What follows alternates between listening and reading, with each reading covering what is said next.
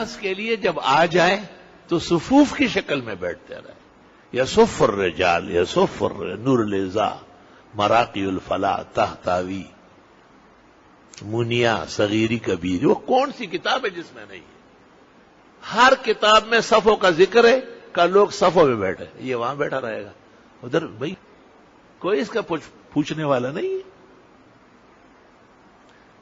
اللہ اکبر و کبیرہ. اس کی دلیل دیکھے, حدیث میں ہے رحمت اول دوم صف پر برس دیے. تو آپ کہہ سکتے تھے کہ یہ تو جی صفحہ بن جائے گی جب جماعت. اب آگے دیکھو, فقہاء اور محدثین دونوں کہتے ہیں کہ نماز کے انتظار میں جو لوگ صفوں میں بیٹھے ہوئے ہیں, آنے والا السلام علیکم نہ کرے. وَلَوْ سَلَّمَ عَلَيْهِمْ أَحَدٌ ساہین, غلطی سے کسی نے کہا السلام علیکم, لا یجیبون, جواب نہ دے. غلطی کو نہیں چاہتی, غلطی اصلاح چاہتی ہے. آپ جواب نہ دیں, بے موقع سلام ہے. جیسے آپ تلاوت کر رہے کسی نے سلام کیا, جواب نہیں ہے. آپ کھانا کھا رہے کسی نے سلام کیا, اگر کھلانا ہے تو اس کو کہو کہ ہاں آ جاؤ کھانا بھی کھاؤ.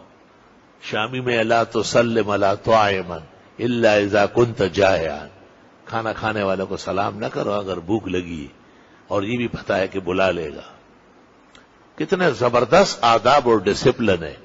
تو فرمایا انہم جلسوا للجماع وفی مسلم والترمذی وابی داؤد والنسائی من جلس ينتظر الصلاة فكأنه في الصلاة. جو نماز کے انتظار میں بیٹھ گیا وہ نماز ہی کے حکم میں ہے. تو نمازی کو کوئی سلام کرتا ہے؟